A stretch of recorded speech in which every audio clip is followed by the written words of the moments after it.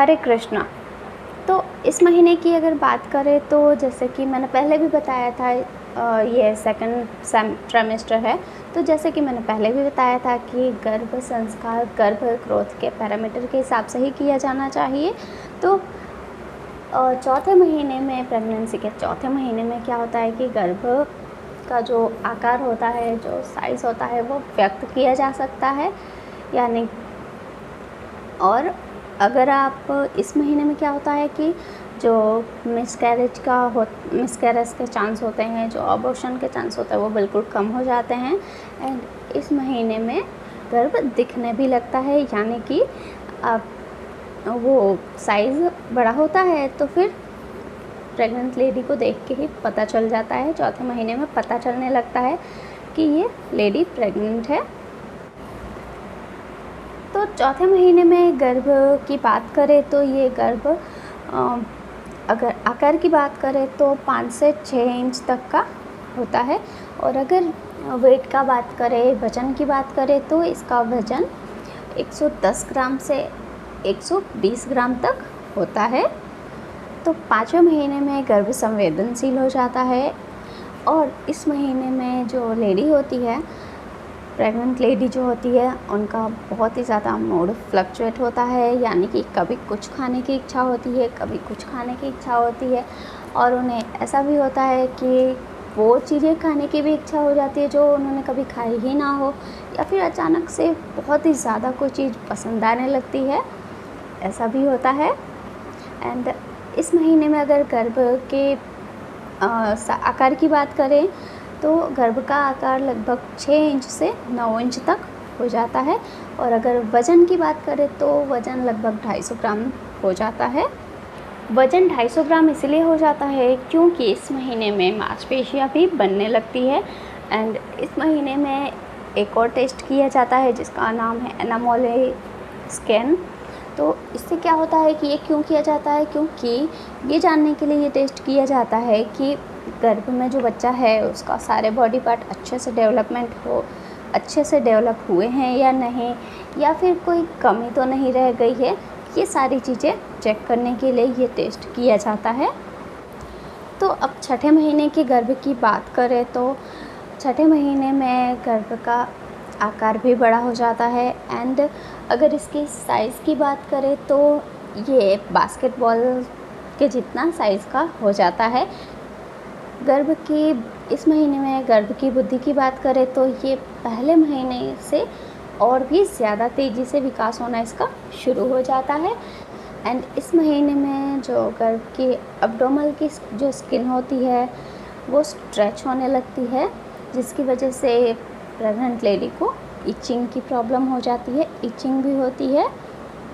इस महीने में यूट्रस का साइज़ भी बढ़ जाता है। एंड पहले से बहुत ही ज़्यादा तेज़ी से जो हमारे पेट का साइज़ होता है वो बढ़ने लगता है, गर्भ का साइज़ बढ़ने लगता है, जिसकी वजह से हमारा जो खाने वाला पेट होता है, स्टमक होता है, उस पर दबाव बनता है, जिसकी वजह से हमें एसिडिटी की प्रॉब्लम हो जाती है और पैरों में क्रम्स पड़ जाते हैं।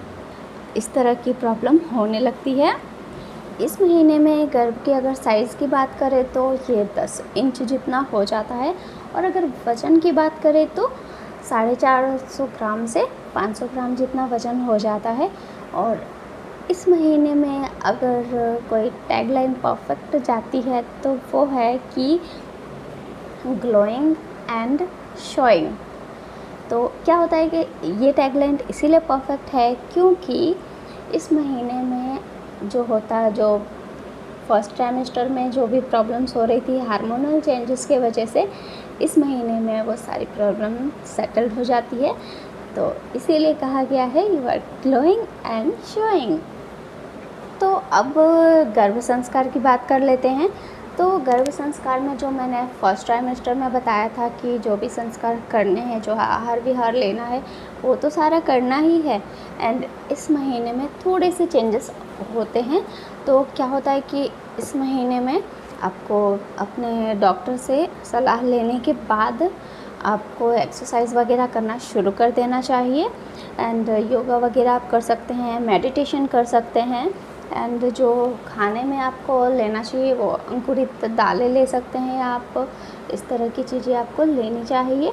ड्राई फ्रूट्स वगैरह आपको लेना चाहिए।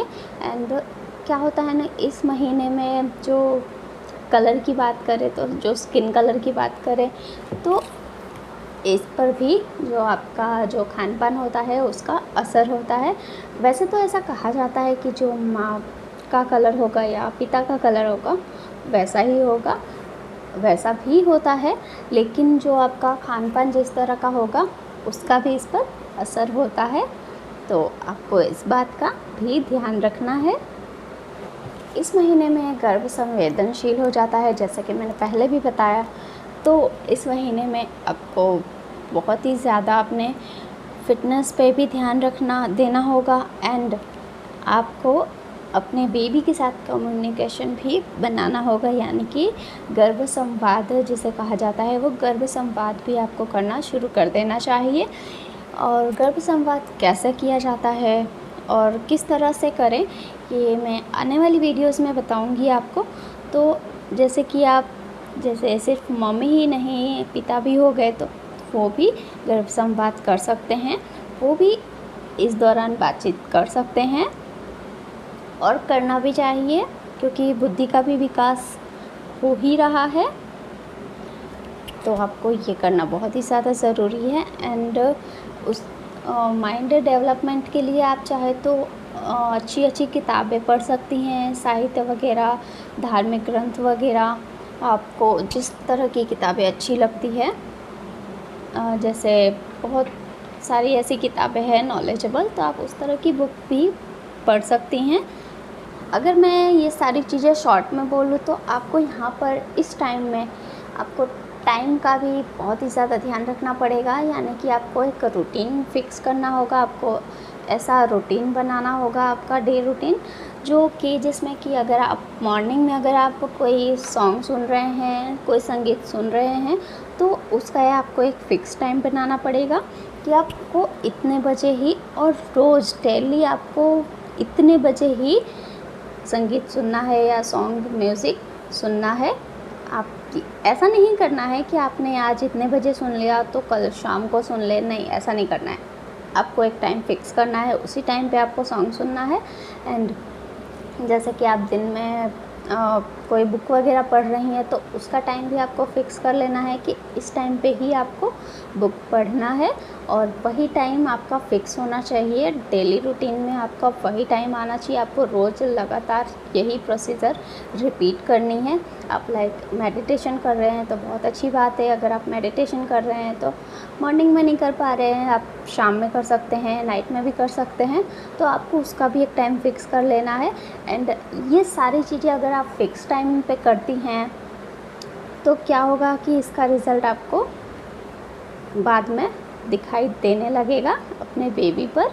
तो अगर आप ये सारे जो जिस टाइप का आप उसमें संस्कार चाहती हैं, आप उस टाइप की बुक वगैरह पढ़ सकती हैं। आप उस टाइप का, आपको खुद को उस टाइप से आपको ढलना पड़ेगा, उस टाइप में ढलना पड़ेगा। आप जैसा संस्कार उसको देना चाहते हैं आपको वो खुद पहले करना पड़ेगा, क्योंकि आप इस टाइम में जो भी सोचेंगे, जो भी करेंगे, उसका सीधा असर उसी पर होने वाला है, यानी कि गर्भ पर होने वाला है। तो आपको इस चीज़ का ध्यान रखना है कि आपको सैड बिल्कुल भी नहीं होना है, उदास बिल्कुल भी नहीं होना है, दुखी बिल्कुल भी नहीं होना है। इस चीज़ का आपको बहुत ही ज़्यादा ध्यान रखना है। तो ये थी सारी सेकंड ट्राइमेस्टर की जो बातें थी वो मैंने बताई। एंड अब नेक्स्ट वीडियोज़ में जानेंगे थर्ड ट्राइमेस्टर के बारे में। तो आज के लिए बस इतना ही। एंड वीडियो पसंद आई हो तो वीडियो को लाइक करें, शेयर करें, चैनल को सब्सक्राइब करें। एंड आज के लिए बस इतना ही। And thanks for watching.